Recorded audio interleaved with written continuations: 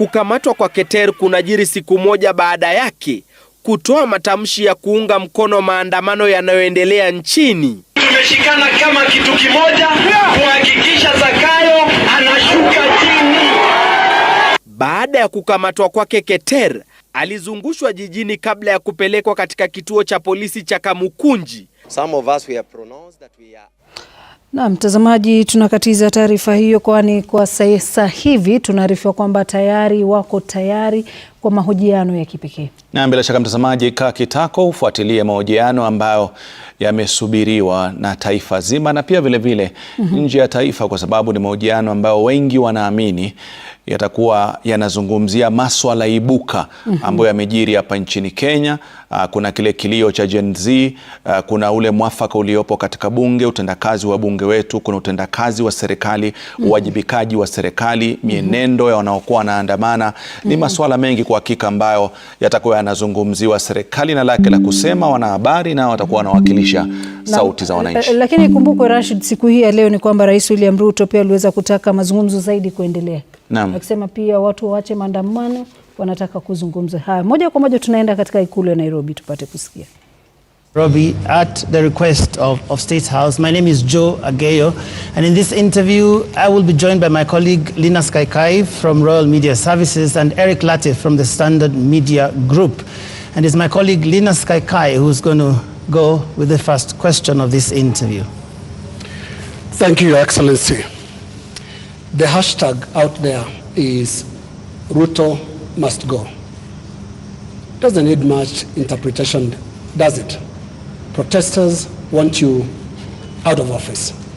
How do you respond to that? Everybody is entitled to their opinion. I have a job to do. We are a country of rules. We are a constitutional democracy and citizens, because we all enjoy the freedom of speech, freedom of thought. Citizens are free to engage in discourse that they want to, but that is what it is. Those are the fruits and signs of a democracy.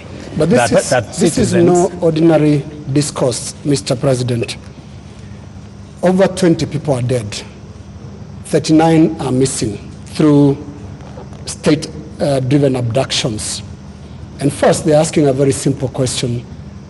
24 people dead. Your Excellency, do you have blood on your hands? I have no blood on my hands. 19 people, to the record that I have from the security agencies, are dead. Very unfortunate.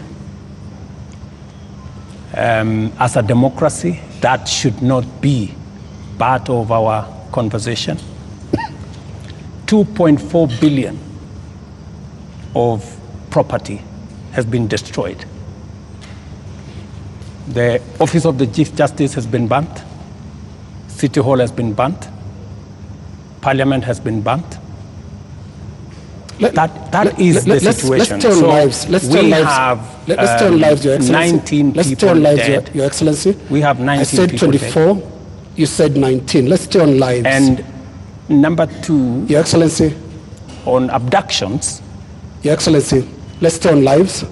There are people who are burying their children, whether they're 19 or 24, and they're watching now, and they want to see how you feel about the deaths. Give us your feelings, Your Excellency. Let me tell you. And we could give examples, Your Excellency. There is a 12-year-old boy, Kennedy Onyango from Rongai, whose mother narrated how his boy was basically just going to get books for his schoolwork. There is Rex Masai, who was shot in the middle of the street in Nairobi. And these are real human beings. Don't you feel a sense of responsibility for what is going on in the country? Let me tell you the following. Any life that is lost is something that must bother anybody, beginning with myself. And it is the reason why I have told you that when I came into office, I said 3 things. Number 1, I said there will be no extrajudicial killing in Kenya. That's number 1. And I have made sure that there is no extrajudicial killing in Kenya. That's number 1. Number 2, when I came into office, I said I want an independent police service. And I did sign the necessary instruments so that the police does not need permission, does not need authority, and does not report to the office of the president. The police operational, financial independence, I have made sure that the police don't have to ask me, don't ask anybody. They operate independently.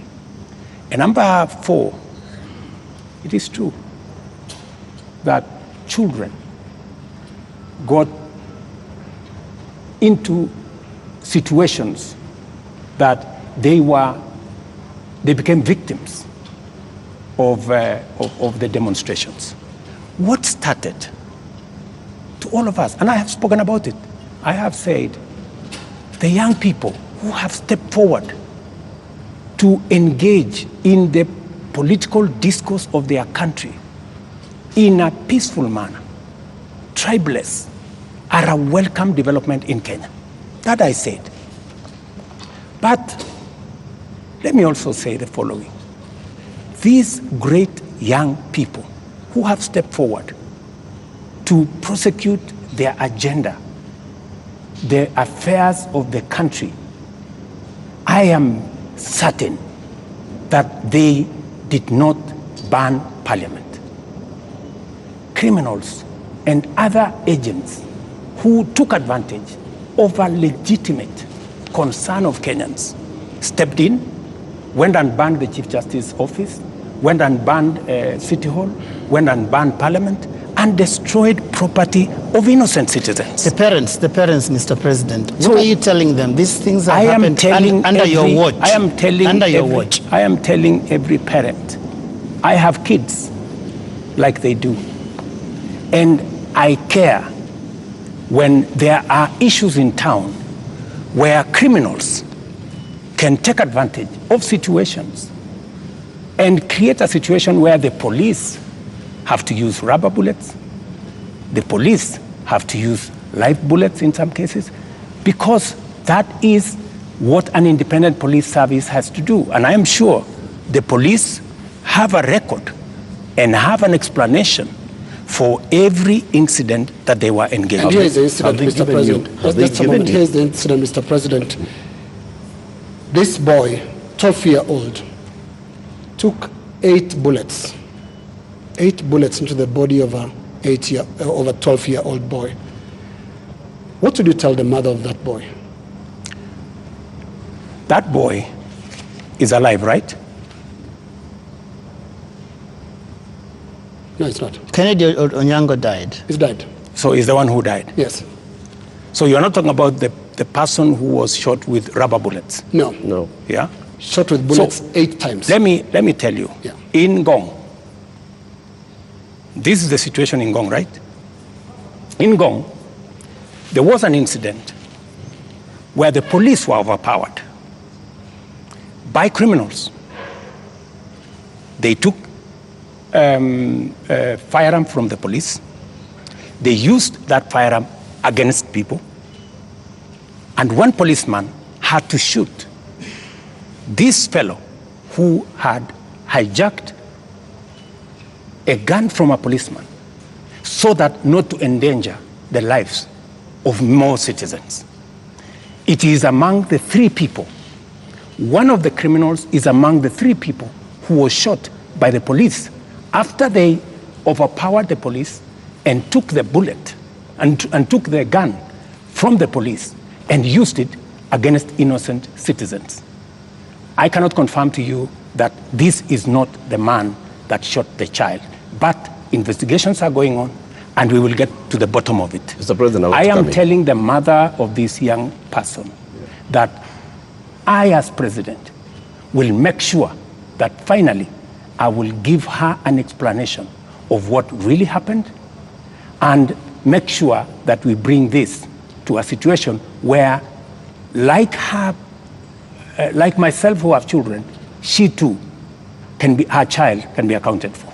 Mr. President, the Kenya National Commission on Human Rights is the one that has accounted for 24 bodies lying in morgues. And those bodies, the records show that these people either died in hospital and while undergoing treatment for gunshot wounds, or they ended up in the morgue in the last 2 weeks with gunshot wounds. 24. These 24, Mr. President, are you saying that the security agencies have told you that these 24 were criminals, that these 24 were armed, they were posing a danger to the police officers, and that is what necessitated the police to use live bullets on them? Because the circumstances for the police officer to use a live bullet is clear, even in their own code of operations. It is when the life of that police officer is in danger, or when somebody else's life is clearly in danger, and the person who's endangering that person is armed. Were the 24 armed? Did they pose a danger, a direct threat to the police? Two things. The same Kenya Human Rights Commission, Kenya National Commission. Kenya National Commission. The government agency. Yeah, the government agency. Yes. Told the nation that there was a massacre in Githurai and 20 people were killed in Githurai. Were 20 people killed in Githurai? Really? The Kenya National Commission on Human Rights does not have records of 20 people killed. No, but that's their statement. It is a statement that is public. You know? So the same Kenya Human Rights, Kenya Commission, Human Rights, National Human Rights Commission told the country a blatant fake news falsehood that there was a massacre. This 24 is also... Let me, you ask me a question, allow me to answer. Yes. That's what they told the country. So an organization that can tell the country without verifying that there was a massacre in Githurai. In fact, BBC, on that account, went to investigate in Githurai. And of course, you know, you have read, BBC has said there was no massacre in Githurai. Mr. President. There was one person who was shot by the police. Let me answer. Yep. So, an organization that is as reckless as to say there was a massacre when there was none, now is telling us there are 24, the police are saying 19. We will find out where the numbers are. Okay. But that is the credibility of the organization that you are telling. Mr. President, that may well be. Let me also... My question, just on Mr. that President, issue, just so that Eric can follow up. The people who died, yeah, that's where I'm coming. were they a danger to the police? That's where I'm coming. Are they the criminals that you're talking about? Let me tell you two things. There will be an investigation on how these 19 Kenyans died. There will be a clarity, an explanation for each and every one of them. I have told you one situation where somebody accosted the police, took over the firearm, started to shoot at people, endangering the lives of many other Kenyans. He was shot by the police. There is a situation in Parliament. How did the invaders in Parliament? They invaded Parliament and went straight for the armory at the Mausoleum.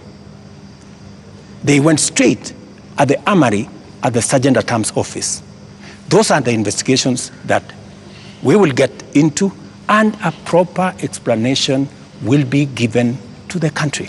Are weapons lost? What I am saying... Are the weapons at the armories and the Mausoleum and inside Parliament? That is why there will be an investigation of how these armories were attacked and how did these people know that there was an armory in Parliament?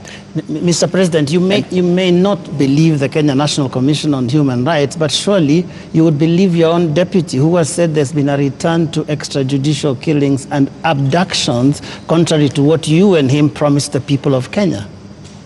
Let me tell you, I am the president, and I speak for the government of Kenya, right?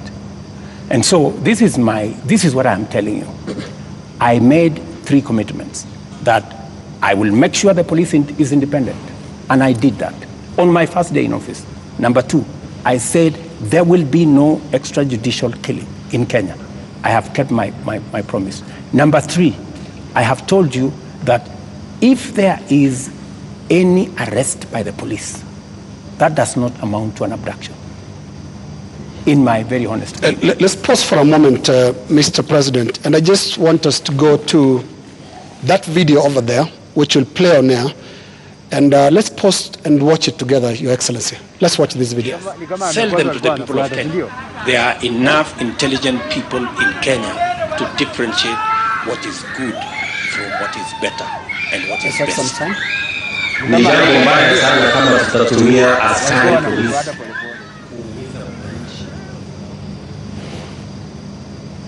wako na maoni tofauti ya kisiasa. Waeleze ya kwamba these people don't understand the damage they are doing to the people and the economy of Kenya. All right.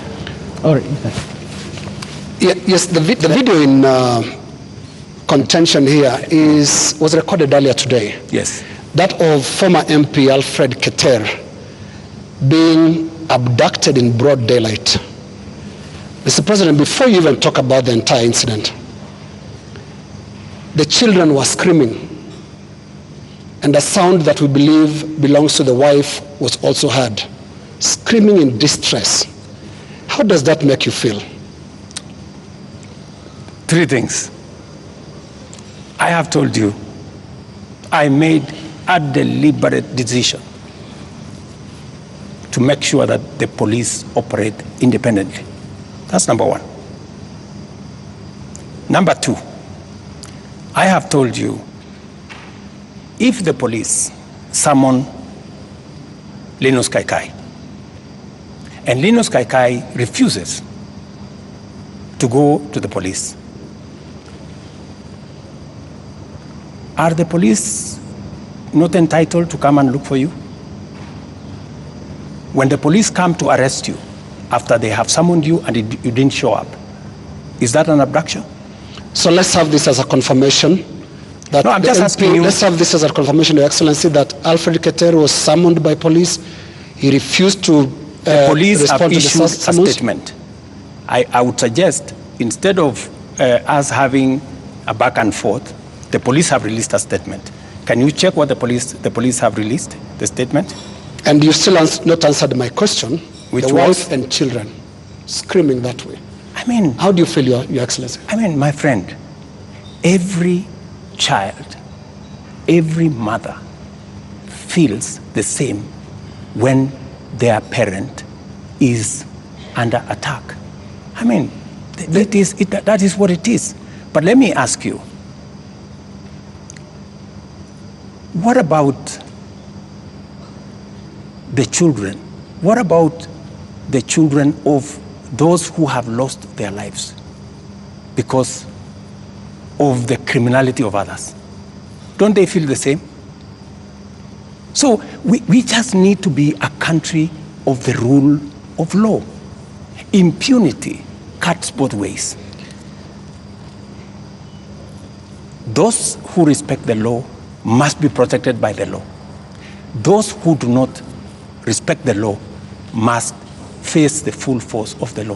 That's how it operates. That's how we will have a society. Here is the same way we must condemn excessive use of police powers, but we must equally deal firmly and decisively with criminals who put the lives of other Kenyans in danger, destroy property of hard-earned earnings. There are many people, Linus, in this demonstration that have lost livelihoods, that today their children are crying. Today their wives are in tears because they don't know how to face tomorrow. Mr. President, their businesses have been wiped out. Their incomes have been destroyed. I have just told you 2.4 billion shillings worth of business has been destroyed. I hear you, and today, as I talk to you this evening, there are families who have tears. There are families who do not know how to face tomorrow. And I've asked you very specifically, President, How do you feel about those tears, especially those who have been killed by police bullets? It is horrible. It is horrible.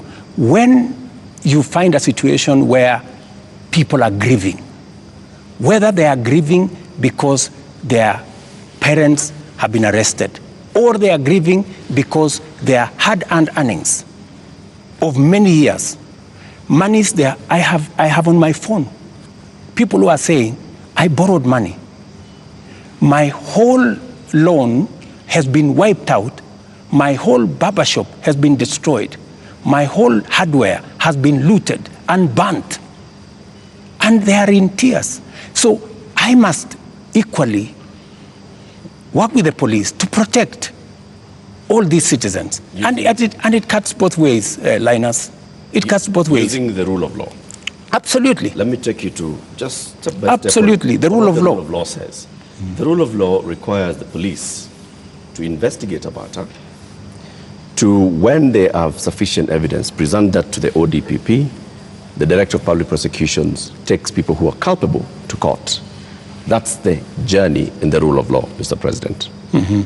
In the case of 39 people who have been abducted, and the abduction here, we're using it deliberately because of the manner in which the people have been arrested, like we've seen in the case of Alfred Keter. Others who've been picked up from their houses in the middle of the night. And they are held incommunicado for more than 24 hours outside of what the rule of law says. And then they are not taken to court, so they are not charged with anything. That is outside of the rule of law. So in one instance here we are saying we are not following the rule of law. In the second instance, Mr. President, you have people who were unarmed, like in the case of Rex, who was shot in the middle of the night, unarmed, who have been shot by police and they've ended up dead. 24 of them. You say 19. That again is extrajudicial because there is no justification that has been produced to show that there was justification for the police to use the excessive force. So basically we are showing examples where the rule of law, which you promised to uphold, which you also set and said, this is what the police has been doing. And you said, Mr. President, as you took office, that the problems with the police service also are going to the top, the leadership of the police service. And you promised the people of Kenya that you're going to hold the police to account outside of the rule of law and accountability, which comes to your desk.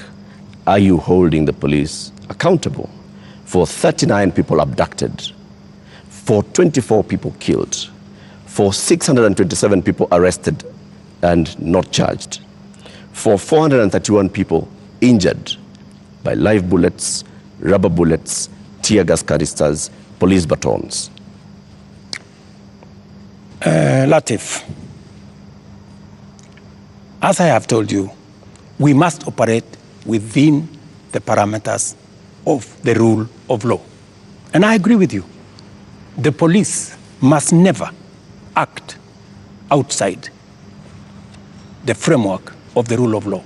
They must do that which only the Constitution and the law allows them to do.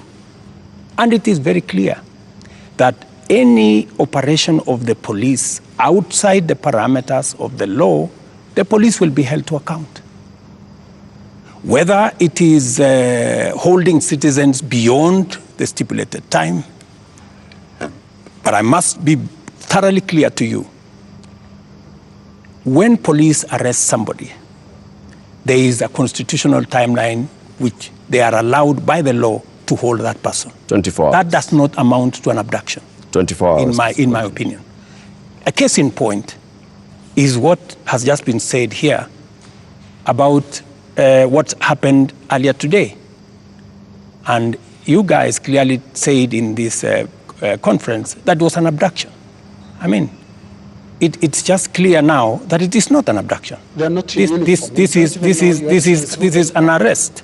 And the police have come forward to say, this is the situation, we have arrested this person, and it is just good for us to all of us follow the law.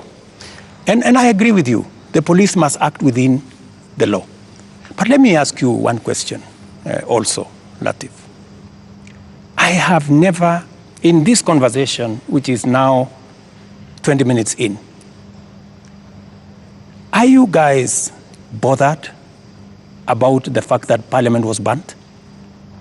Are you guys concerned that millions of businesses of Kenyans, hardworking Kenyans, were destroyed? How do you feel? But it all happened. How do you feel? It all happened under your watch, Mr. President. No, but this is at the end of the day, this is why we are saying you sought to keep us safe. We must be even.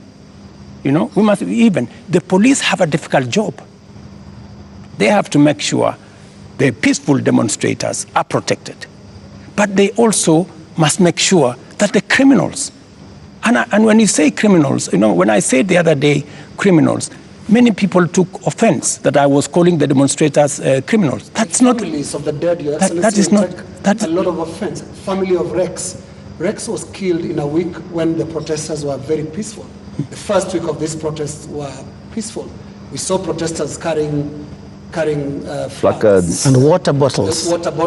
Rex was killed on his way out of work. Let me. How do you feel? I mean, let me tell you when they hear you say criminals. I mean, are you telling me Rex is the one who burned Parliament? But Rex died without breaking anything. No, I'm just telling you. He died before. Rex, there are criminals who infiltrated and caused mayhem. And in fact, some of the criminals are actually harmed. They actually harmed the peaceful protesters. Many of the peaceful protesters, they lost phones. They were attacked. In fact, some of the peaceful protesters were attacked by criminals, including a clear example of the one I have explained to you, that they overpowered the police, took the gun from the police, and started shooting innocent people. So we must deal with this situation globally. Mr. President, I feel for Rex and the mother. This should not happen to any child in Kenya, especially when they are engaged in a peaceful demonstration. Mr. President, the concern I've heard from the young people, because I've been speaking to a lot of them, and they said they haven't heard you. In the two statements, actually there are more now because you have spoken in other settings, apart from the two addresses you gave. They haven't heard you address them. They haven't heard you talk to these parents. They haven't heard you acknowledge that there were people who were shot by police in circumstances that did not warrant that. Are you saying you haven't seen anything that bothers you about how police responded to these protests? I am very, and in my first statement, I clearly said that innocent lives were lost. In my second statement, I said the same. There were innocent lives lost. But also equally, as a person who is responsible, I must think about those who are suffering because they were innocent. But I must also be concerned about those who are suffering because criminals cause them immense harm. And that is the balance that I need to be able to lead a country. I must protect everybody. I must protect the protesters, and I must be concerned about their lives. I must also protect innocent people who become victims of criminals who take advantage of a peaceful, democratic process that goes on in our country. Do you feel that you protected all those people in the last couple of days, whether it is people who have businesses, whether it is Parliament, whether it is the people who lost their children? I did my best. If I hadn't done what I did, things would have been much worse. In fact, many people ask me, Mr. President, why did you call in the army? I mean, what choice did I have? I mean, it would have been very reckless of me in the face of the kind of harm people had gone through, the 19 lives that were already lost, in the face of a burning Chief Justice Office, Parliament, and the rest of it. I mean, it would have been very reckless of me not to mobilize every arm of government and every arm of our security agencies to protect the country and to protect lives. You acted as Commander-in-Chief. You also acted as President, Head of Government, and the person who took the sword and promised to protect the people of Kenya. You chair the National Security Council, which brings in the head of the police, the head of the intelligence, the head of the military, and cabinet secretaries in those dockets. Did you have information prior to Tuesday that there was going to be infiltration of the peaceful demonstrations by the criminal elements that you've talked about more than once? And if you did, what did you do about it?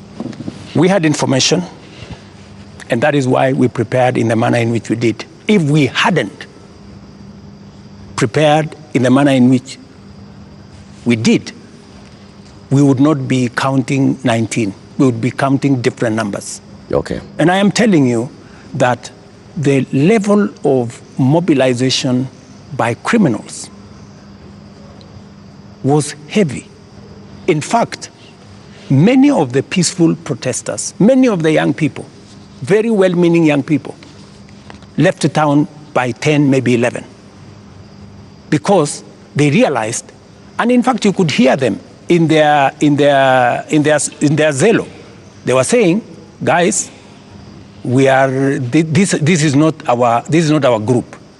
Let us go. Let us leave. You could hear them. It was in public domain that the peaceful demonstrators all of a sudden realized that the whole thing had metamorphosed into criminality. So there are criminal elements that basically hijacked. So Tuesday, Wednesday, Thursday, Friday, Saturday, it is Sunday. Mr. President, how many people are in custody on account of this? Those who you said they conducted treasonous activities, there were criminal elements. You will see them in court tomorrow. How many people are in custody?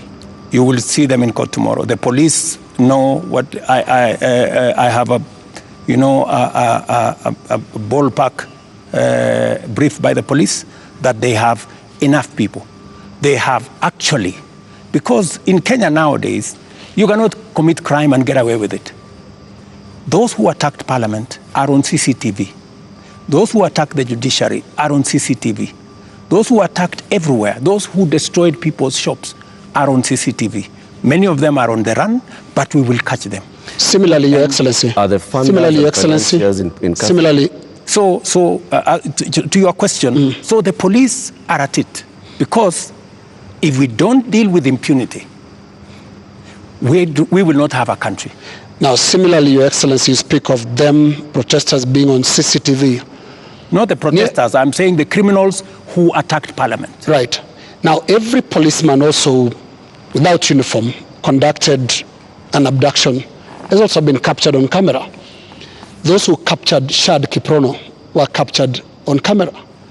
Those who captured Alfred Keter today were captured on camera. And a number of other such incidents. Similarly, so that because I can hear you balancing. Yes, that's correct. Yes, are we going to see action against the killer cops, or were they doing what you are saying you had to do to prevent this from being bad? Any killer cop who went beyond what is provided for in the law, action will be taken against them. But to your question, are you telling me, Linus, that a police officer becomes only a police officer when they are in uniform? No. Police officers can identify themselves even when they are in civilian. So, and when a police officer comes to you and says, this is my ID, I am police officer, you are under arrest for the following reasons, that is legitimate. You cannot tell me that because they were in civilian, then what they did was wrong. And that's not what they do. And that's not what they did to Alfred Keter or Shad Kiprono. Were you there? We have the CCTV footage. It's there. I would suggest, Linus, that we be fair to the police as well. Mr. And I have given you my word. Any police officer who does anything beyond the provisions of the law know the consequences. Just as any citizen who also participates in actions that are outside the law, they also know the consequences. And it is our responsibility to make sure that security agencies act in accordance with the law As citizens, we act in accordance with the law so that we can have a law-abiding, rules-based, rule of law-based country. As things stand now, Mr. President, are you satisfied with how the police handled this whole matter? I think the police have done the best they could. If there are any excesses, we have mechanisms to make sure that those excesses are dealt with. Let's wrap it this way, Your Excellency, on that topic. You have absolutely no regrets about the abductions and no regrets about the killings? Those are your words. Those are not mine. They're also your deputy's words. Don't put words in my mouth. They're also your deputy's words, and he's part of your government, because it's so scary, Mr. President, sitting there and telling the whole country that from this moment on, we should not believe what your deputy tells us about the state of the nation until you speak. Yet we all thought that you're part of the same government. Don't inject my deputy into this conversation. I think it is not fair, since he's not here, to tell you in what context he said whatever he said. I think it is not proper to discuss the deputy president here, and he's my deputy. Please let me deal. But have you asked him that you had a press conference? Let me deal with the issues as they are now. I think being personal and going that direction does not help. I wish this was personal, Mr. President, but it's a really serious national issue that right after you spoke, your deputy told the whole world that he was informing us that extrajudicial killings and abductions had returned to this government that he's part of. How surely can that be personal, Mr. President? I am sure that if you interview the deputy president, he will answer that appropriately. You haven't asked him? You can take it from me that extrajudicial killing will not be part of an administration that I run. I can say that without fear of any contradiction. Yes, in the interest of moving this conversation forward, Your Excellency, I want us to look into the last 2 extraordinary weeks that this country has had. Protests that you called tribeless and some of your aides called leaderless. But protests that are led by young people who are unhappy with how you've run this country for the last just under 2 years now. But the question they have as they look at you and watch as you speak today, Your Excellency, do you get it? I get it. Let me tell you, my good friend Linus, what we are facing today is not a product of 2 years. What we are facing today is a product of many years. We've had a problem, a youth bulge, a demographic challenge as a nation, which we have ignored for very long. For the first time, I have decided that I am going to be deliberate, I am going to be intentional on tackling the challenge of young people and unemployment in Kenya. First time, there is an administration that thinks about the young people. Let me give you 3 examples, maybe 4. Well, let's keep it within the 2 weeks, please. No, it's okay. It's the 2 weeks. Yes. But don't look at the 2 weeks in isolation. The young people we have in the street did not happen in the last 2 weeks. They were not born when I became president. They were not jobless when I became, they did not become jobless when I became president. But I want us These are young people who over the years, we have close to 4.5 million young people who are out of school, out of college, with degrees, certificates, diplomas, without jobs. And that is why I have done 4 things. Number 1, when I pushed the housing program, it was not about the houses. It was about the jobs. Today, as I talk to you, Linus, we have 160,000 young people working in different parts of Kenya under our housing program. In Mukuru, here in Nairobi, and I challenge you, Linus, to go there tomorrow, there are close to 4,000 young people working who were jobless. Number 2, I have a whole program on digital jobs. I was in Ruto now, with the MP for. Just allow me. Allow me to interrupt you. No, allow me. There are risks on both ends of this interview. No, you told me I want about Your Excellency the young people. To talk about the last 2 weeks. The young people are saying, you don't get it. You don't understand what they are talking about. Now, what is the trigger here? They're saying there was this conversation about the finance bill that your government, until the other day, could not listen to anybody. It's not about the housing project. It's about listening. They are saying yours is not a listening presidency, and yours is not a listening government.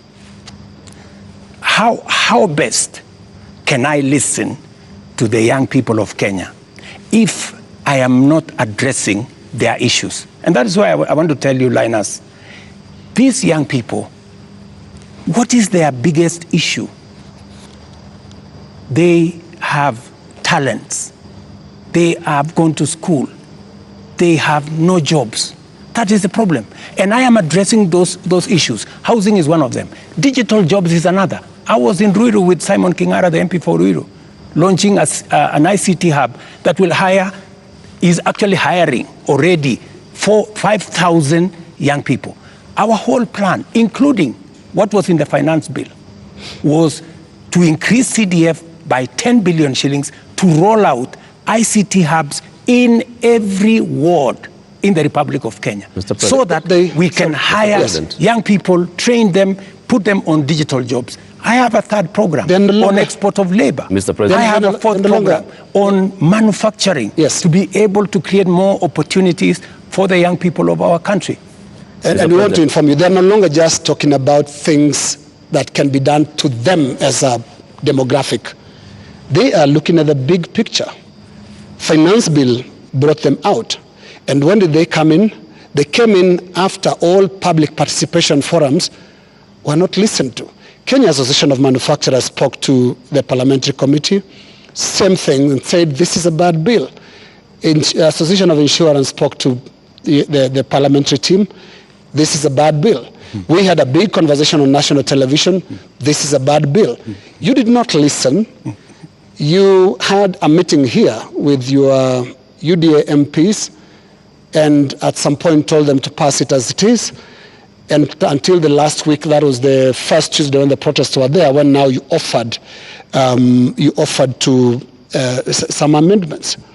They're saying you're just not listening, and it's not about them, it's about the big picture issues, and we'll come to them, including the question of corruption, which is not really a youth thing.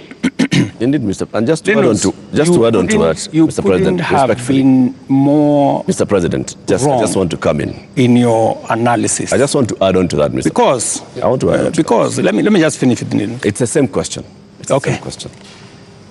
Mr. President, if you went into all the X spaces where the youth are speaking, if you looked at the demonstrations and what they were saying, the placards they are carrying, none of them has talked about we don't have jobs. None of them have talked about the housing jobs are not enough for us. None of them have talked anything about what you have mentioned. So it's not that they are not seeing about the jobs.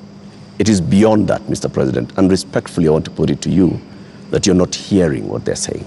In fact, we only had after the protests, after all those things you described, that's the time that you came and said, I have listened. Let me tell you the following. The rejection of the finance bill, and this goes to what Linus has said, that we didn't hear anything. Let me tell you, the process of a finance bill, in fact, many people believe in Kenya that the finance bill is an invention of William Ruto. It is not an invention of William Ruto. The finance bill is an instrument that has been with us ever since independence. Only that we have made it much more transparent. Only that we have brought out more to the public. And that is why there is greater interrogation of what government is doing, especially after the new constitution that made public participation not a sterile provision of the constitution, but public participation to be an integral part of lawmaking, an integral part of managing the country. Let me tell you, When we took the bill, when we formulated the bill, it had 346 billion of new revenue. When MPs went out to the public said, we don't think this is good. We don't think this is good. It was reduced by 140 something billion shillings. It remained just 200 billion. Doesn't that amount to listening? No, it doesn't. That the public said, reduce this by... No, it doesn't, no. Mr. President. And that's why I said reject it. Just wait. Just wait. No, we are talking about listening. Yeah. Just relax. We're talking about listening, okay? So the public said, reduce this by 146. We sat down, we cut down the areas, we reduced it to 200. What went into the space was the people who wanted to mislead the public, to say, oh, you see, in fact, everything you have been told is still there. This was not removed. These people are not listening. These people are not listening. And let me tell you, my good friend Latif, we have dropped the finance bill. Yeah? What does that mean? It means we have gone back almost 2 years. It means that this year we are going to borrow 1 trillion shillings to be able to run our government. That's what it means. I have been working very hard to pull Kenya out of a debt trap. Mr. President. Let me just allow me, because we need to contextualize this finance bill. It is easy, Joe. It is easy for us as a country to say, let us reject the finance bill. That's fine. And I have graciously said, we will drop the finance bill. But it has huge consequences. It means we will not confirm the JSS teachers, 46,000 of them. It means we cannot support our farmers with 2 billion shillings for us to make sure that farmers get a fair return of 50 shillings per kilogram, per kilo of their milk. It means we cannot sort out the coffee debts. It means we cannot support the cherry fund. It means we cannot sort out the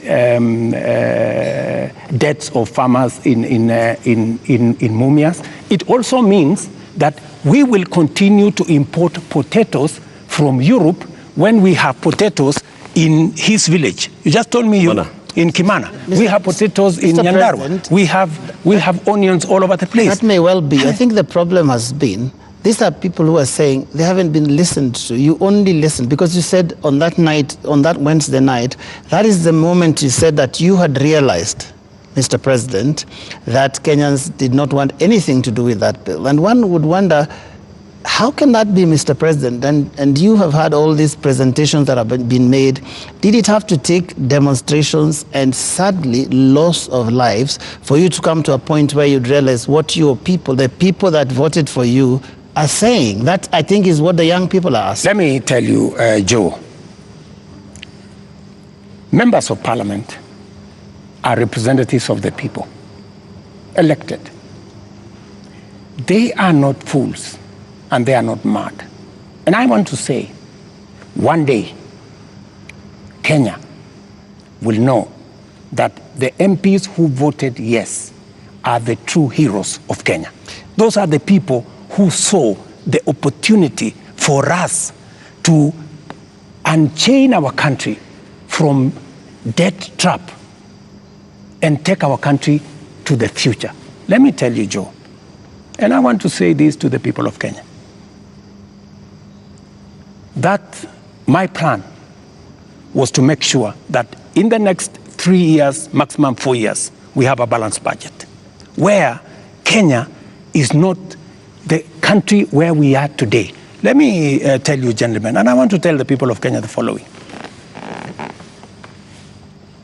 We are in a very difficult financial position. This is something that the people of Kenya must understand. And that is why I am happy that we have a crisis. This crisis will help us be candid and speak to each other properly and contextualize where we are.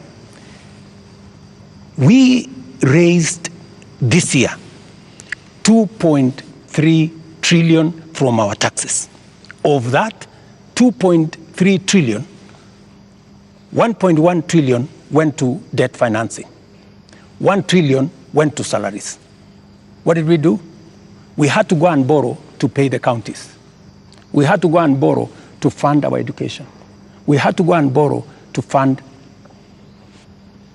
Now, the funding gap we have done with the finance bill going down is that instead of borrowing 600 billion, we are going to borrow 600 billion plus 346 billion. That is close to $1 trillion. And let me tell you, my good friends, and I want us to be honest with ourselves.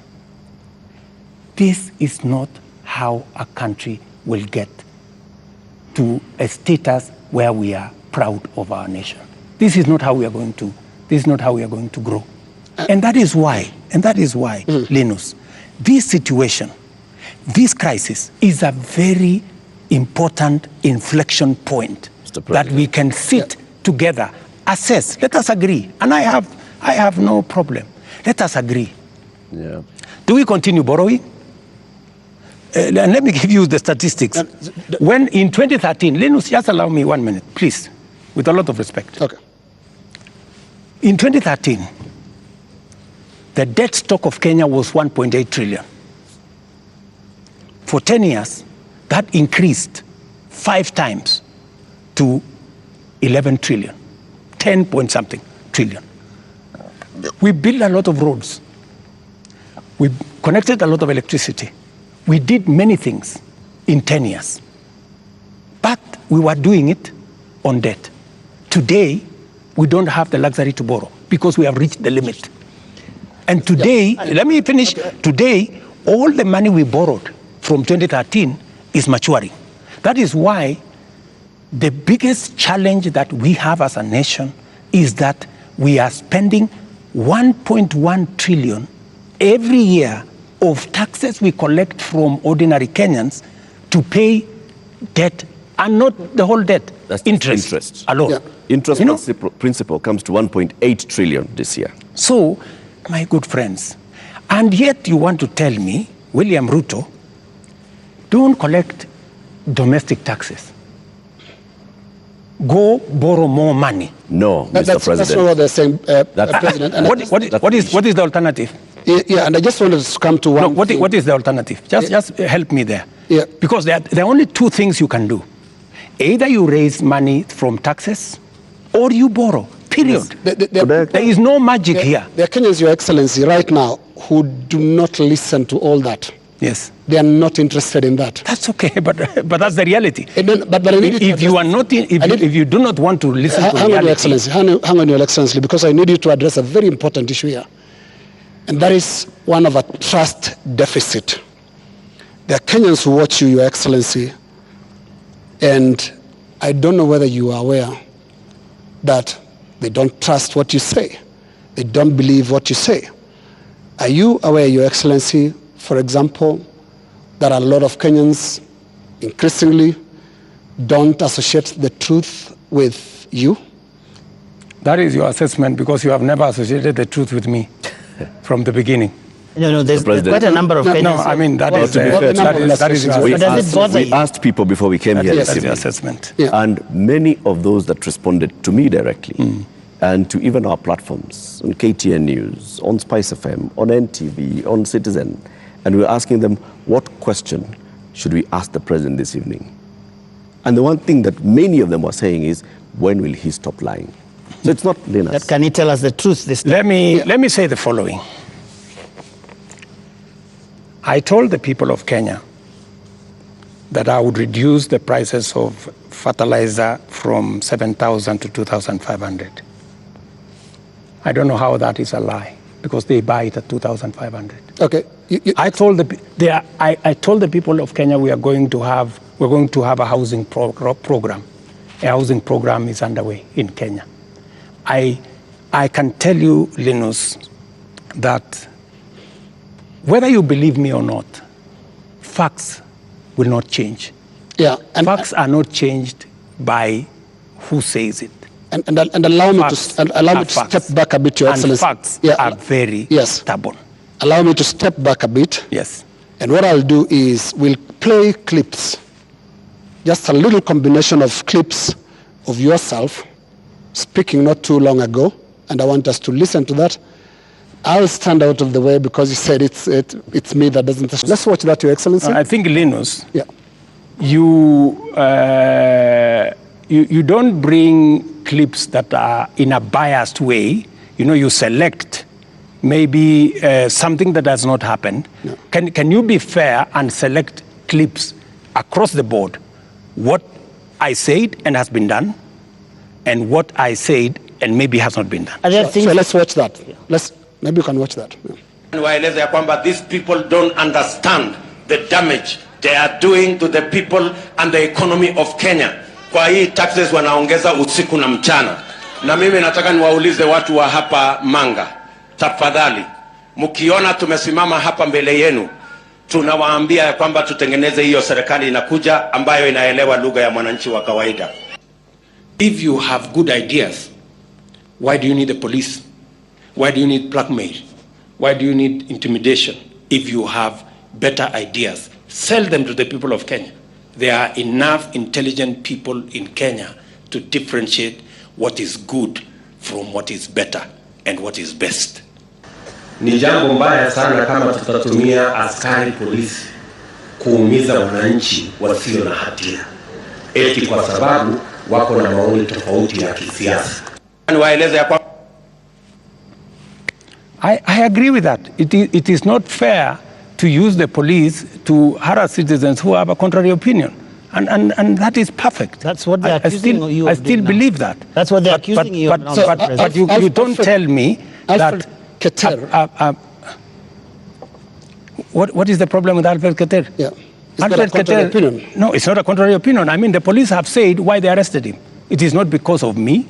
I didn't give any instructions. I didn't even know what was going on. Let me tell you, Linus, I am a very clear-minded person on what I say. When it is the police, I have said, many of the people who opposed me, many of the people who were very scared about what I would do when I become president, even the people who did worse things against me, I have never gone after them because I don't believe in settling political scores using the power of state or using the police. Let me also say the following. When I talked about the taxes that I was on the campaign trail, yes. I was addressing in the campaign trail, it was very obvious that when at that time we were in subsidies, that did not make sense. It is because I removed the subsidies and I changed and put production support. That is why today the price of unga has come down from 240 to 100 because I changed the model. I changed the configuration and it is giving us results. But are you aware, Mr. President, that the thing perhaps apart from now the police brutality that people associate you the most is the issue of taxes? I'm sure you know the name they call you. You've actually talked about it even yourself. This guy that they want to come down. Let me tell you, my good brother, Ageo. When I came into office and I assessed the situation, and it was no longer possible for us to borrow money, I had to be honest with the people of Kenya. I had to tell them we have two options, right? And even as we imposed taxes, we explained, we made sure that there was adequate, elaborate public participation on what it is that we were trying to achieve. And let me tell you the following. I have done the best that I could globally. Today, our country has tremendous respect from many quarters globally because of what I have done. I have raised the profile of our country. Today, I was in Narok. And the tourism numbers in 2022, 1 million tourists. In 2023, last year, 2 million tourists. This year, by God's grace, we will get to 2.7 million tourists because of the profile that I have done for the country. I know somebody will say that, that there is no truth in that. But call the tourism sector. They will tell you themselves that all hotels in Kenya today are operating 80% upwards, which is a new phenomenon in Kenya. I will also tell you that the international community have developed enormous confidence in Kenya. I see people who are saying, why did William Ruto go to China? Why did William Ruto go to Europe? Why did William Ruto go to America? Let me just tell you the following. When I went to China, we got money to be able to put equipment in 70 of our technical training colleges. Today, the contract has been signed, the equipment is being manufactured. When I went to China, we got money to build Bosto Dam that has been waiting, that will serve the counties of Bomet and Kericho. When I went to China, we got money to build, we got 30 billion shillings to build roads in Nyandarua, in Kirinyaga, in 8 other constituencies in Kenya. That's why I went to China. When I went to America, we got a $1 billion facility to be built in Naivasha that is going to be the biggest data center in Africa, funded by UAE, working with Microsoft and Kenya. When I went to the US, we also agreed Kenya became the only country in Africa that is going to benefit from the CHIPS Act, where we will be manufacturing computer chips with other countries. Kenya will be among the first, will be actually the only country in Africa that will benefit from that. And so many of the young people who I see today, those are my targets for the future. So it doesn't bother you that there's this tag on your head as a president who has overtaxed Kenyans, and that the sufferings that we are going through is because of excessive taxation that you have imposed on Kenyans? That is what I was asking about. You see, if I am called Zakayo, yeah, because I have explained to the people of Kenya that the option we have is, if we continue borrowing, we will go down the cliff. If that is what is going to take Kenya to be saved from a debt default, I don't mind being called Zakayo, because it is a sacrifice worth making. Mr. President, every morning on Spice FM, we have 4 hours of a talk show. And many times we ask people, even those who come to the show, to tell us what is it that the nation is saying when we are seeing people out on the streets. And many of them, even when we said that we're coming, you have invited us to come and have this conversation this evening, they said, tell the president that he's tone deaf. And we ask why and how. And they say, when William Ruto took over as president, he took over a budget of 3.2 trillion shillings. He went to Parliament and he said, Honorable Speakers, I believe that this budget is too high. We should cut it by 300 billion shillings. So you believed barely 1.5 years ago that you can run the country with 2.9 billion shillings, trillion shillings. Barely a few months, you went to Parliament and requested to spend 3.6 trillion shillings. This year, you went to Parliament and initially requested to spend 4.2 trillion shillings. And what do they see in return? They see extravagance in government. They see a government that is pushing gung-ho to employ new people called CASs. They see a government that is purchasing new motor vehicles and trips that are extravagant. They see opulence with those that are close to the president appearing in public carrying wads of cash. They see condescending attitude from those who serve in this government when they're asked, why are you spending? And they respond the way they respond. Your advisors speaking the same. And so they see a government where the president is telling people, we are going to live within our means. we are all going to tighten our belts. We have austerity. They end up with their children not going to school because for months JS teachers are on strike. They end up with, right now, 91 days where clinical officers have not been to work. 91 days, Mr. President. We ended up with intern doctors going on strike for weeks because the government says it has no money. We end up with people going to the hospitals and there is no medicine. We end up with people who are being told that we don't have money to pay salaries, or we don't have money to pay salaries and also have development. Yet, they see all this extravagance and opulence from those in power. You are tone deaf, Mr. President, that's what they say. Well, I guess that's why we must have a conversation. That's why we must have a conversation.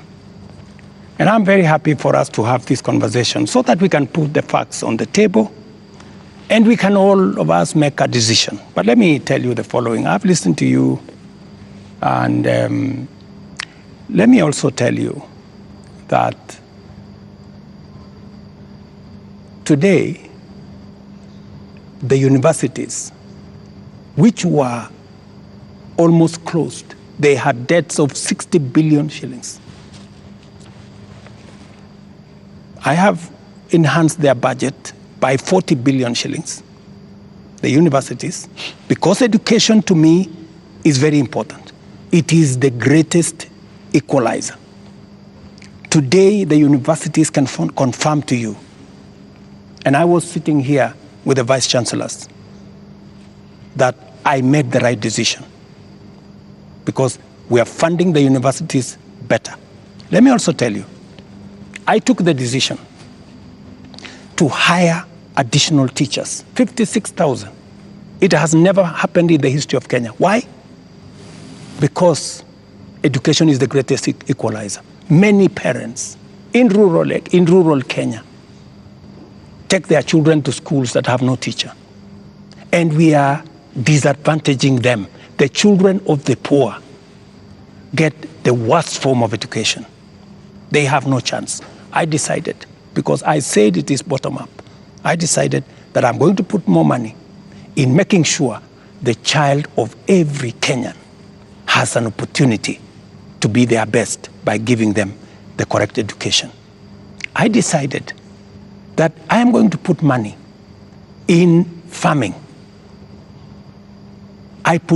The first year, I put 10 billion shillings in fertilizer subsidy, a program that had been scrapped for 5 years. The difference is obvious. Today, by God's grace, we have a harvest. The prices of food commodities has come down. Day before yesterday, Latif, there was a release of where we are with inflation. Inflation in Kenya is now 4.6%. When I came into office, it was 9%. Inflation coming from food products. It was reported not by me, by the institutions that are charged, 4.6%. We have, where I have invested money, I can account for it. Right. And it is making a difference in the lives Their of many. concern is on extravagance in government. I will come to opulence in government. On opulence and extravagance. Every trip I have made, I have not made any trip outside Kenya to go and do things that are of no benefit to this nation. I can account for every trip that I have made outside our nation, whether it is on projects or programs or investments or even the profiling of this country to put it in good standing for us to attract investment. In fact, the Nairobi Stock Exchange, which was almost closed, was rated the best in the world. Not said by William Ruto, but it was in the public domain by Bloomberg. If you don't believe me, believe Bloomberg. Mr. President, So I have done what I could for the country. You have But not let me answered- finish you have not answered the opulence. questions. Let me go to the opulence. And let me be very clear that the display of, insensitivity is a statement that has come to me, and is a sentiment that has come to me. And you will see something very different going into the future. Whether it is coming from my staff, whether it is coming from this office. And I know people have raised issues of CAS, for example. I deliberately, even after Parliament had approved the position of CAS, I have not appointed any CAS because I realized that we were in a situation that we could not. And no CAS will be appointed until we have an economy that can support more opportunities. I know citizens have said that there is no need for the office of the First Lady or Second Lady. Third Lady. These are offices that were there. But because we have to live within our means, those offices from tomorrow, this new budget which is starting tomorrow, they will not be part of our equation. Because in the face of what has happened, we have to trim down every other area. And in fact, not just those, many other spaces are going to be trimmed down to reflect the new reality, especially after the finance bill was taken down by myself when I said we take this down. We are going to cut our cloth. We are going to cut our coat. Our coat, the size of our cloth. We're going to reduce money going to counties. We're going to reduce money going to the judiciary. When I came into office, the judiciary was getting 18 billion. Today, they are getting 25 billion. But it was because I believed in the rule of law. I believed that we needed to do something about making sure that our judiciary has resources, because Kenyans were telling me directly, justice delayed is justice denied. Will you I cut have the size hired of your government? the highest number of judges under my administration because I believe that Kenyans must deserve justice. Will you reduce the number of ministers, ministries, or state departments, or advisors? That is an area we are going to target and cut down because it is the reality we have to face. Mr. President, when things like this happen elsewhere, this is a whole finance bill that's been taken down. Correct. You have people who have been advising you on financial matters. You have people who have been advising you on political matters, listening to the people. You have advisors who have talked down at Kenyans, who have called them spoiled kids, KFC, Java, and whatnot. And you have people who have been around you talking into your ear with regard to some of these things. And many people have ventured to actually say that this amounted to a vote of no confidence. Is there going to be some kind of shake-up that actually acknowledges that this is not where we should have been, and therefore, I am sorry, Kenyans, and this is what I'm doing about it? Because short of that, how are we to know that we will not find more of the same? Watch this space. There are those who have said, now that clearly there are many people who have lost confidence in Parliament, there are those who have lost confidence in you, that maybe the way to regain the legitimacy is to go to an election. There is no provision. You know, we are a country of the rule of law. Yeah? We must, whatever it is that we do, we must keep it within the parameters of the rule of law. And we cannot take what has happened over the last 2 weeks or thereabout and say we are going to abrogate our constitution. I think we will be going towards anarchy. And I don't think that is where we want to take our country. There is a demand on me as president, and I have said, because of where we are, because of what has happened, there is going to be a thorough cut down on many things, whether we are talking about allowances, maybe even we should have a conversation around salary. We had a meeting here with MPs, and even them, they are persuaded maybe it is time to ban Harambes so that we remove avenues of people participating in largesse demonstration of, opulence. And I want to tell you that I am going to take action. I am going to work on this. I know what we should do, but I am also not going to be reckless and take the country into a crisis. I will make sure that I act responsibly and listening to what the people of Kenya are saying.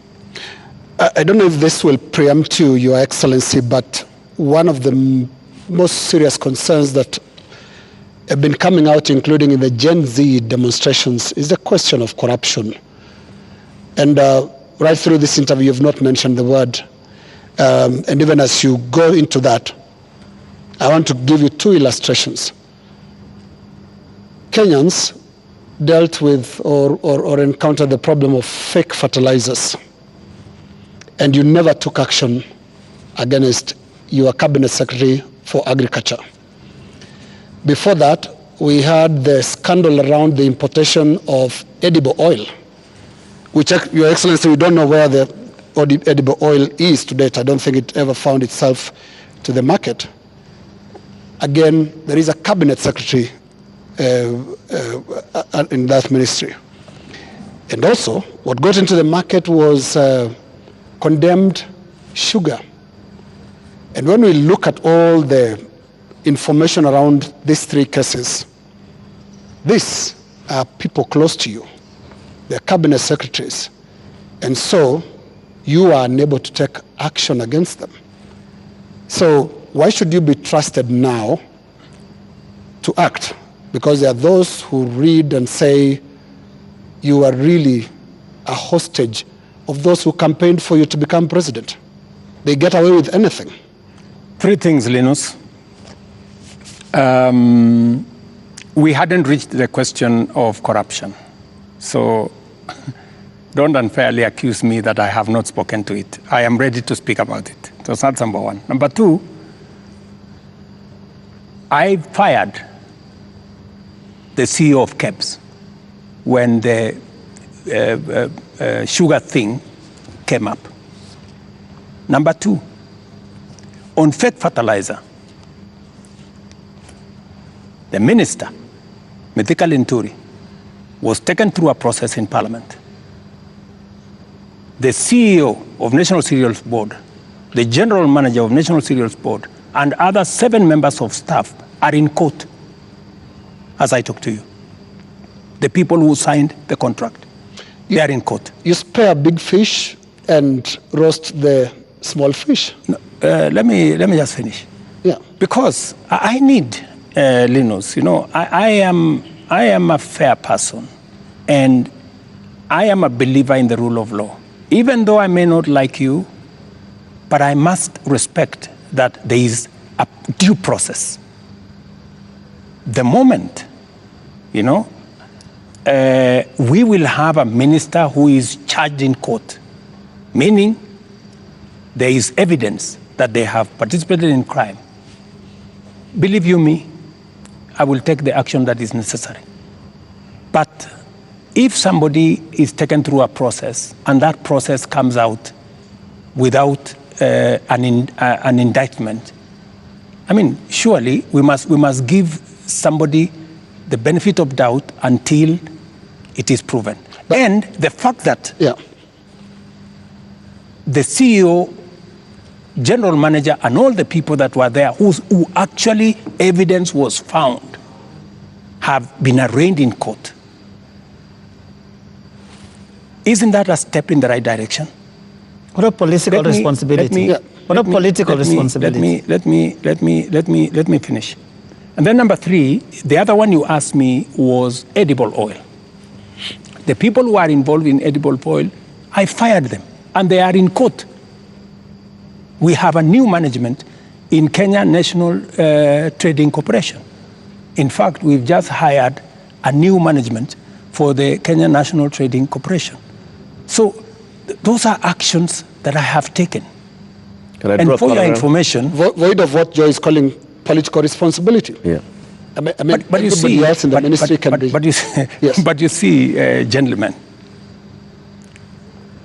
if there is no evidence against a minister, surely, do you want me to fire somebody if there is no evidence? You know, there was a time, Uhuru Kenyatta, as I served him as his deputy, removed 6 cabinet secretaries. But eventually, they were found that they were innocent, and we had to appoint them to be ambassadors. You know, so some of these, you know, actions must be tampered with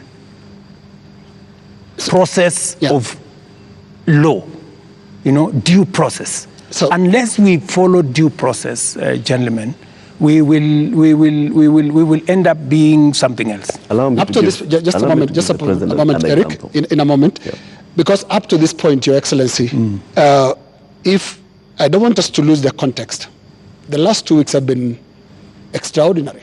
We've never seen anything like this. You have KDF troops in the streets of Nairobi. Up to this point, Your Excellency, and including on the question that I've just asked you of accountability within your government, do you think you are addressing the grievances that have made thousands of Kenyans across the country in places that were unimaginable to get out to the streets to say Ruto must go? Do you think up to this point they feel you've addressed their grievances? I am not in their space, so I am doing what I believe I should be doing.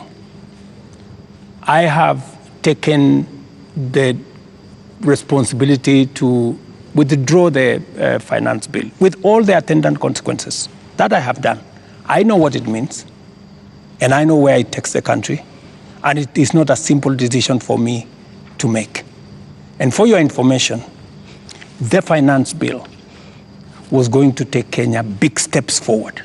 But it's a sacrifice I've had to make because of the political reality that we are in. But it will mean counties will have to take maybe 30 billion shillings off their budget. It means we have to reduce CDF by maybe 10 billion shillings. It means we have to rethink about what to do with JSS teachers. It means we have to put on the freezer. We wanted to hire another 20,000 teachers because there are kids who do not have who do not have teachers. It means we have to work on our UHC program. We thought we would upgrade, for example, Linda Mama. You know, we thought we would upgrade Linda Mama. Here's something, Your Excellency. It means we have to hold that, and it means many things. Just told them what else they want to hear. You are speaking outward, but looking at the grievances, they are also asking questions inward from you, Your Excellency. And what I can hear from these grievances that have been expressed quite loudly, you said you are not in their spaces. We sometimes get into the spaces to listen to what they are saying. And all they're saying is you cannot be, for the next 3 years, the president that you've been for the last 2. So what is that you're going to change about? That's why Linus. Yes. That's why Linus. That's why we are here. Of course, it's not going to be business as usual with the kind of reality we are faced with now. It has to be different. Do you regret anything at all? What you should have done better? What your people would have done better? Well, maybe there are things we should have done better. We should have communicated better. I think the biggest problem we have, even with the finance bill, because the finance bill has great things for Kenya. The finance bill says we shouldn't be importing potatoes from Europe. The finance bill says we shouldn't be importing onions or eggs from Europe. The finance bill says we should be growing our own industries.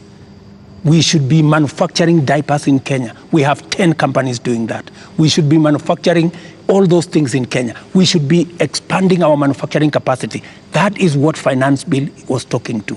But I am sure we will recover that when we have explained. Yeah. The biggest challenge that I regret is that we didn't communicate better. Maybe we failed in explaining to Kenyans what the Finance Bill was all about. Because I promise you, if I am given a chance to explain to the people of Kenya what was in the Finance Bill and what the Finance Bill would have done for this country, every Kenyan would have agreed with me. But my regret is that they would say you were here, Mr. President. They said you would have explained. We didn't explain ourselves better. Maybe my communication team failed.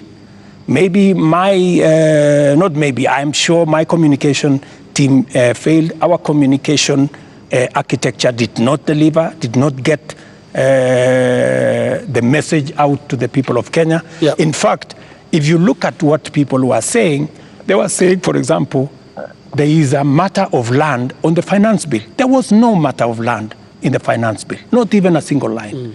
And it is on that basis that people rejected the Finance Bill and many other things that were not in the Finance Bill. Now, communication is about words, Mr. President. Let's go to the deeds, because when you see what Gen Zs are doing, for the first time in the history of this country, we've had protests on the altar of the Holy Family Basilica, because the young people of this country are telling you the political culture, which you've been part of having politicians speak in church, converting the platforms into, converting the pulpit into campaign platforms, must end. So I'm not hearing you addressing and looking more inward into this whole picture that the Gen Z is painting. They're not just talking about some of those things that you're raising. On that, Linus, I have even had an occasion to speak to church leaders here. On that, on matters of politics on the pulpit, I am 100% aligned. We shouldn't be using pulpits in churches or in any other places of worship to prosecute politics. It is not right. And I agree, we need to change that culture. We need to change the culture of Harambee. Harambee started as a noble exercise. It supported many people to go to school. It supported many people to deal with the challenges of medication and hospital bills. But I think it has been stretched. It bred corruption? It has stretched too far. And I think it's time, as a country, we must stop corruption. We must stop Harambees, because it is occasioning and it is breeding, if I may say, corruption. Yeah, because when your aid of a much lower pay grade donates 20 million shillings to a church fundraiser, there is something fundamentally wrong. And that is why this conversation is necessary, so that we can stop it. Conversation, Mr. President. On Wednesday, you said you are hearing that there's what the Gen Zs are saying, and you're going to initiate a conversation. We saw the head of public service release a press release saying that there is now a formation of the National Multi-Sectoral Forum that will bring together all people. And you started having conversation with church leaders. The Gen Z, upon seeing this, are saying, we did not ask for a conversation. We asked for action. So what action is going to precede this conversation? Because the conversation is another talk. It reminds people of the NADCO talks, the BBI talks, IPPG talks that just happen and they just don't end. And people are saying, we want action, Mr. President. We will participate in action, in conversations maybe later. But for now, Mr. President, what's the action? I promised that I will engage the young people. Yeah, I promised. I was just making good my promise. I promised a multi-sectoral forum, and that's what I have put out. I also promised that these are some of the topics I want us to discuss. I want us to discuss debt. I want us to discuss taxation. I want us to discuss unemployment. I want us to discuss corruption. I want us to discuss these issues. And it was a suggestion, and I am open. I am hearing that the young people are saying, we don't want a multi-sectoral forum. Maybe we should have an engagement with the president on X. And I am open to having an engagement with the young people on a forum that they are comfortable with. You're ready to go digital? If they want me to engage with them on X, I will be there. At this point, Mr. President, do you think you know what the young people want? I have many young people in my house. Are they telling you all is well? The same ones that are in all these other spaces. And they want an engagement. They have ideas. They have suggestions. And I am open. If what we are doing on the digital space, on the housing program, on the export of labor, on manufacturing, if they have suggestions, I am open to those suggestions. They can improve, they can change, they can make new suggestions. And I also have a responsibility as a father, because these are our children. I have also a responsibility to guide and to listen to them and to tell them, yes, on this, I agree. For example, let's not have a spouse's office. I agree. Let's not have CASS for now. I agree. Let us not have advisors. Advisors. We will agree. Let us not have churches being a space for politics. I agree. So many of these areas, we need to even have a conversation. If we are paying 46% of our revenues for salaries and wages, when the legally established space should be 35%. That is why I started a conversation with Salaries and Remuneration Commission. We must deal with the issue of wages and salaries so that we bring them down to 35% and leave more money for our development. That is a conversation I am very happy about. When? Mr. President, it's been 2 weeks. It's been 2 weeks of you saying every day we are going to have a conversation. We just you know what they say on social media? I say they call you the president of tutafanya, tutatenga, tutafanya, tutarudi. No, it is always futuristic. But I'm here. You're saying, but I'm here. We are going to have a conversation. I said within a week. I gave a timeline. Within a week. Yeah. So within a week, we will have agreed on where are we meeting. Are we meeting at the X space? I am ready for that X space. Are we agreeing on this multi-sectoral? I'm waiting to see the suggestions that Kenyans have. I don't want to prescribe any suggestion, but when I give out a suggestion, I expect feedback. I expect people to say, maybe this is okay, maybe this is not okay, and then we agree on a way to move. Mr. President, any of them analyzing what you have actually said tonight on the issue of your advisors, your cabinet, what you're going to do, what Kenyans like to call heads that are going to roll as a result of this national shame, because that is what many people have called it. You have said, watch this space. And here there are all these other things that young people are asking you about. What is that concrete thing that you're telling them tonight that I have heard you? These are the things I've heard you say since all these things started, and this is what I have done. Because you seem to have withdrawn or declined to sign this finance bill rather grudgingly, but not in good faith, having understood what people were saying. You're regretting this thing. You're saying, you guys, mutaona, mmekataa lakini mutaona. That is what we're hearing. Let me tell you that I will not lie to the country that putting down the finance bill is going to be easy.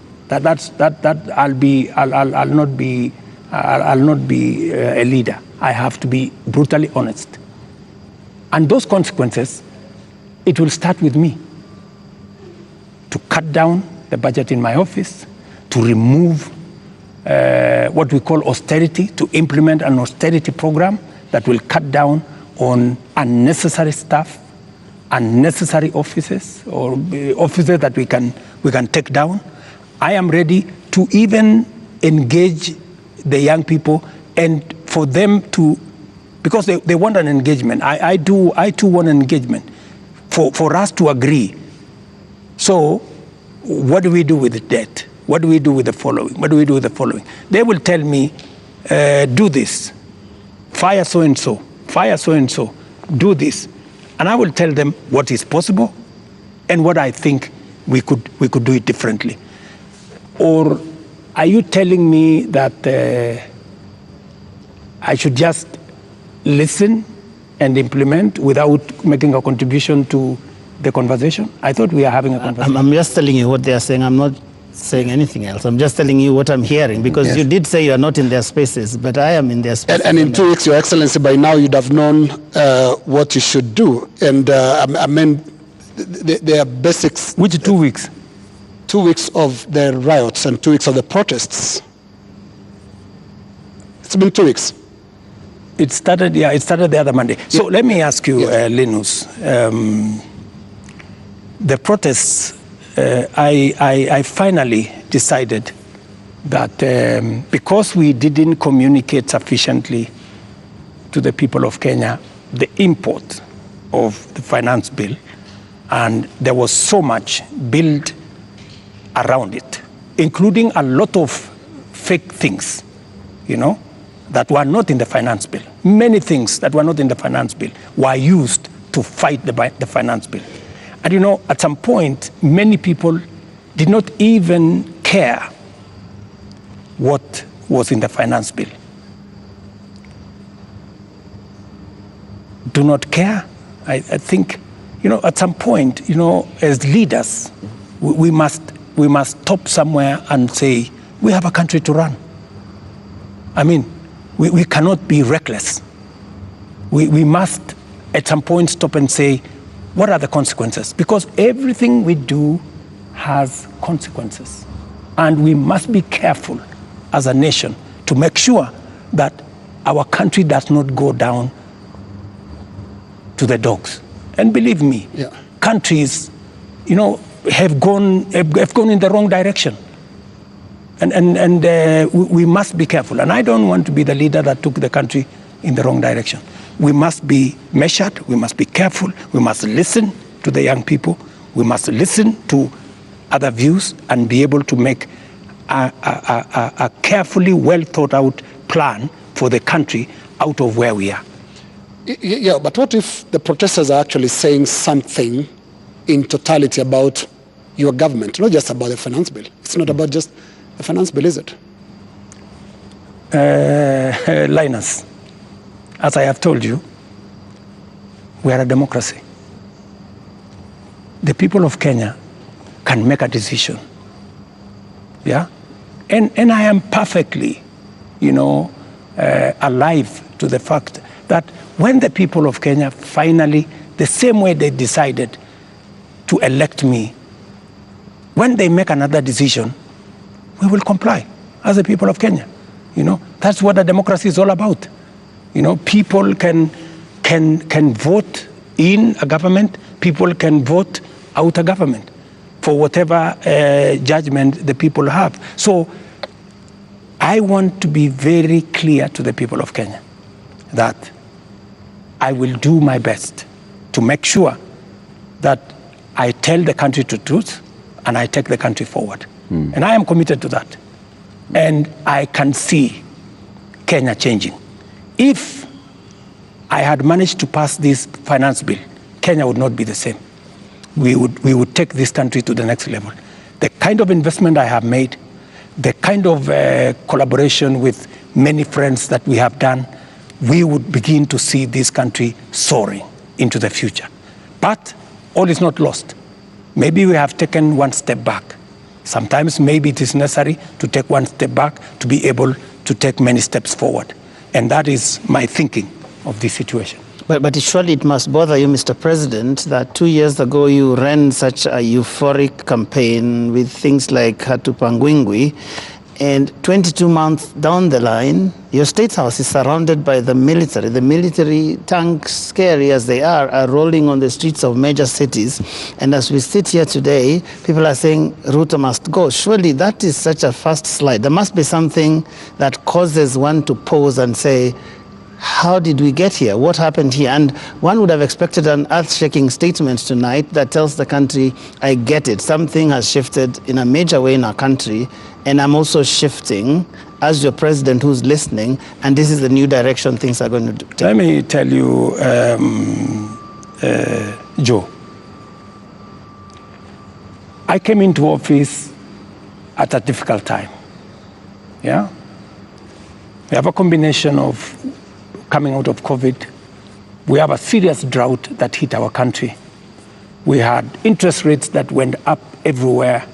We went into a very difficult situation. What did many countries do? Many countries went and defaulted.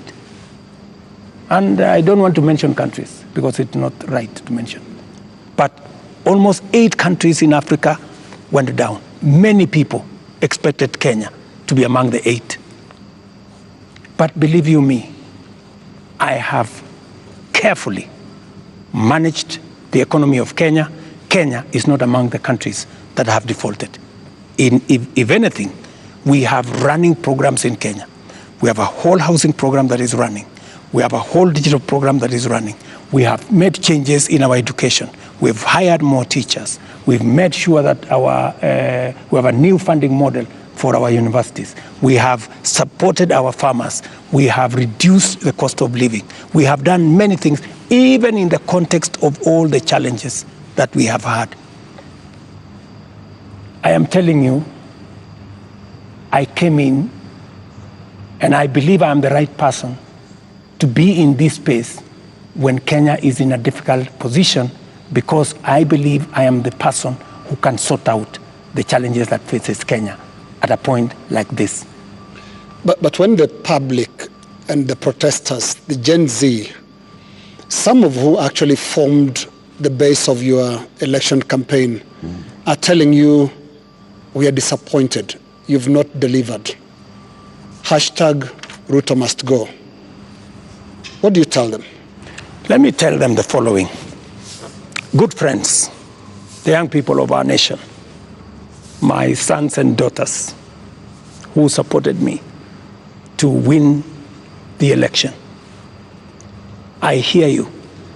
In fact, I saw, I think it was on your headline, a gentleman from my village who was saying, the president has let us down. Many children in this village are not getting jobs locally. That is why they are going abroad. Little did he know, my good friend from my village, that the children, the 500 of his colleagues around our village, are actually part of my plan on export of labor. They have actually, I intentionally supported them to leave the country because we got them jobs outside Kenya. So I am telling the young people of our nation to be patient. Our housing program is rolling. We will be hiring more architects, we will be hiring more engineers, we will be hiring more professionals to support our housing program. In the next 2 years, we will have 300, maybe 1,000 people working in that space. Be patient. We are sorting out the challenges that are facing our digital space. We are rolling out our digital space.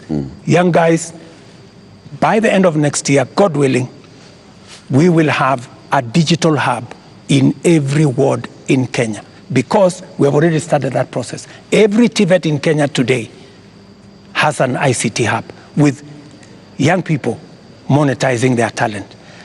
I want to tell them we are full speed into manufacturing.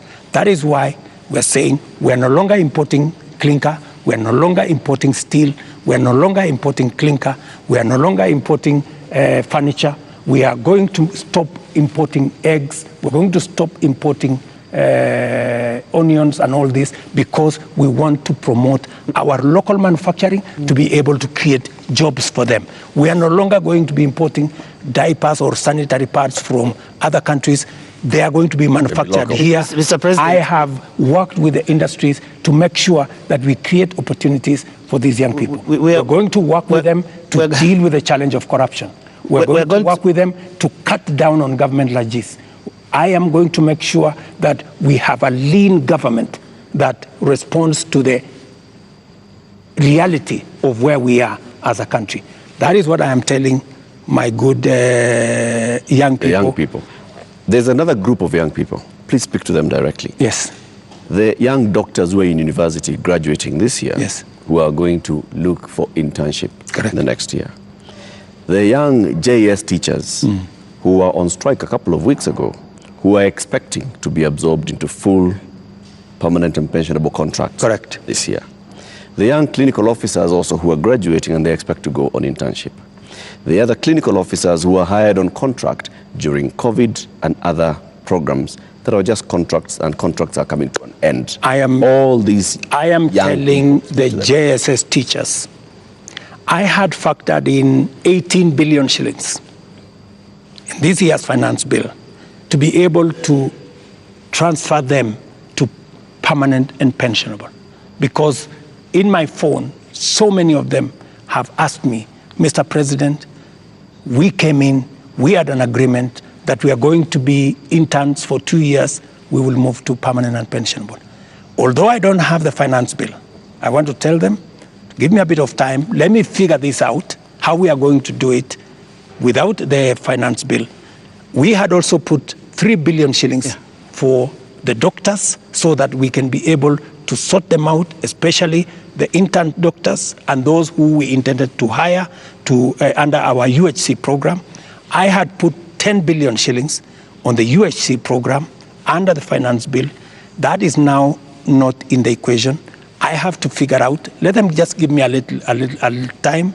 I'm going to figure it out again because I know and I feel and I made a commitment to them that we will do this. So even in the absence of the finance bill, and even as we cut down on expenditure on many other areas, it is still my commitment that we will see what to do with them so that the job they are doing in teaching our children, in treating our people, do not go to waste. Mr. President, we're almost winding down this, but have you noticed that those young people, they actually have worked out the things that they believe you can take out and still be able to do the important things? Because you seem to have this elaborate plan, and I'm wondering where their views will fit in, because you seem to have this all worked out, but they probably don't want all those things. That is why they have figured out. That is why, you know, part of what I told you, Joe, is communicating, you know, and I hope this time round I find a medium where I can engage, you know, and I am ready to go to this X place to engage with them. And I want to tell them, this is my plan, okay? Tell me how I can make this better. Tell me this is not good enough, you know? Change this. Because I have seen some of the demands they have made. They have said that don't hire CASs, and I agree with them. They have said, remove the office of the first lady, the spouse of the second lady and all that, and I have agreed with them. They have said a couple of things that we already are in agreement. They have, of course, said some of the things, abolish the office of women rep. I've seen they have also said we should reduce the salaries of MPs to 200,000 or something. Some of those things are things that are not in my power. Those are the things that we need to do a whole of society, a whole of nation approach, so that if we are bringing down salaries from 1.1 trillion to 700 billion, that is something I am willing and I am ready to start with my own salary, going down to salaries of others, so that we can all live within our means. Your Excellency, we're now going to our final questions. And my final question will be about the protests and the deployment of KDF, which you did a few days ago. Now, the Gen Z, millennials, and the online Kenyans that are organizing these protests are promising to be back on the streets on Tuesday. What should we expect on Tuesday when protesters, peaceful as some of them have been, turn up on the streets of Nairobi? Do we expect them to be chased away by the Kenya Defence Forces? First, the Kenya Defence Forces will not be on the street. They only come as a last resort.